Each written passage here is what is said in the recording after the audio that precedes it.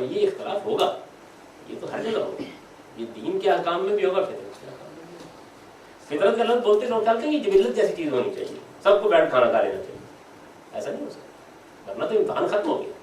یعنی اس میں بھی انسان کے لیے انحراف کے مواقع رکھے گئے ہیں تاکہ وہ اس میں انحراف کے مواقع نہیں ہوں گے تو پھر تو اس کے اوپر جزا و سزا نہیں ہو سکتی.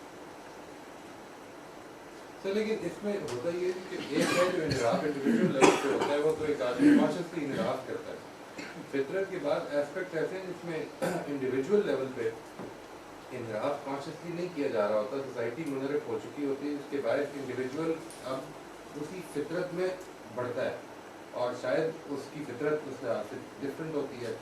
فطرت ڈفرینٹ نہیں ہوتی, اس کا شعور جو ہے وہ پست ہو چکا ہوتا ہے. اس کو آپ تذکیر کرتے ہیں, اسی لیے قرآن مجید اپنی دعوت کو ذکرہ کہتا ہے.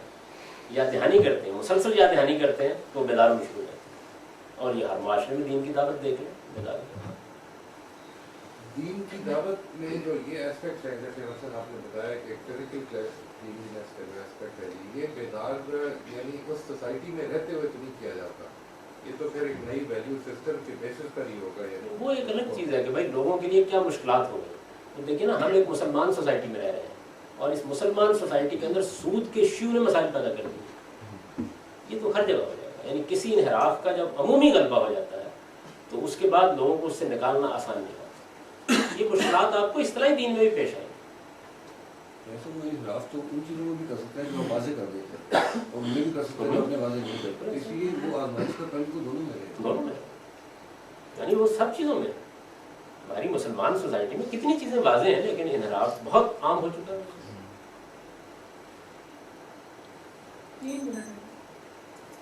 3 منٹ بھی آپ گزار لیں سوالات. سر یہ جو چیزیں جن کی ابتدا قرآن نے کی ہے تو لازماً دین ابراہیمی میں نہیں ہوں گی. جن کی ابتدا قرآن نے کی ہے دین ابراہیم میں ہو سکتی ہیں, لیکن اس وقت دین ابراہیمی کی اس روایت میں ختم ہو گئی. یعنی دین ابراہیمی کی روایت کو 2500 سال گزر چکے. 2500 سال میں اگر ایک چیز مسخ ہو گئی ہے, لوگوں کی توجہات اس پر نہیں رہی, یا اس کی روایت میں ایسی صورتحال پیدا ہو گئی ہے کہ گویا نہ ہونے کی طرح ہو گئی ہے, تو پھر قرآن ہی سے نہیں شروع ہو گئی. یہ سنسار کرنا تو دین ابراہیمی میں موجود تھا. دین ابراہیمی میں تورات میں موجود ہے. یعنی دین ابراہیمی کی ٹریڈیشن تو وہ لیں گے جو عربوں کے پاس موجود ہے. یہ جو ہے سو واضح ہو جانے کے بعد کسی بھی شخص کے ساتھ کہ دین پورے کا پورا فطری حقائق جو ہیں, جھوٹ بولنا بری بات ہے, نہ کرنا بری بات ہے, تو اس میں یہ یعنی کنوے کیسے بندے تک کیا جائے. میں ایک بندہ کہہ رہے جھوٹ بولنا بری بات نہیں ہے, تو پلیز کی دس ڈیڈ لاک, اب کوئی بحث نہیں ہو سکتی.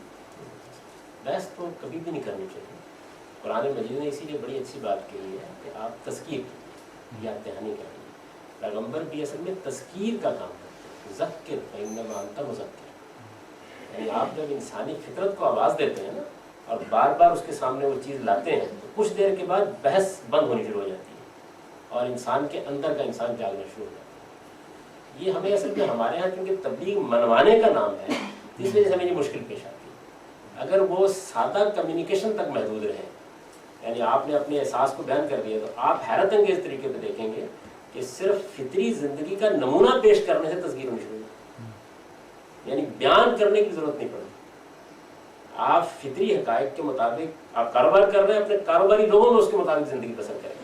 آپ بچوں میں ہیں تو بچوں میں اس کے مطابق زندگی بسر کریں, تو کچھ دیر کے بعد انسان اپریشیٹ کرنا شروع کر دیتا ہے. یہاں یہ بات کی, یہ اتنی فطری چیز, اس کو بیان فطرت کو تو بیان کی بھی ضرورت نہیں ہے, بشرطے کہ آدمی کے اندر یعنی کوئی مناظر مبلغ نہ چھپا ہوا, ورنہ وہ صورتحال کو الٹ دے گا. بجائے اس کے کہ فطرت خود بہت کمیونیکیٹ ہو, اسے بحث کا موضوع بنا دے گا, مناظرے کا موضوع بنا دے گا, اور مناظرے اور بحث کا موضوع تو اصل میں بدیہی حقائق بن جائے تو ان کو بھی کوئی نہیں بتا سکتا. آپ فطری نمونہ پیش کیجیے, تھوڑے عرصے کے بعد انسانی فطرت کا اپنا عمل شروع ہو جائے. چلیے جناب, آپ انشاءاللہ 8:30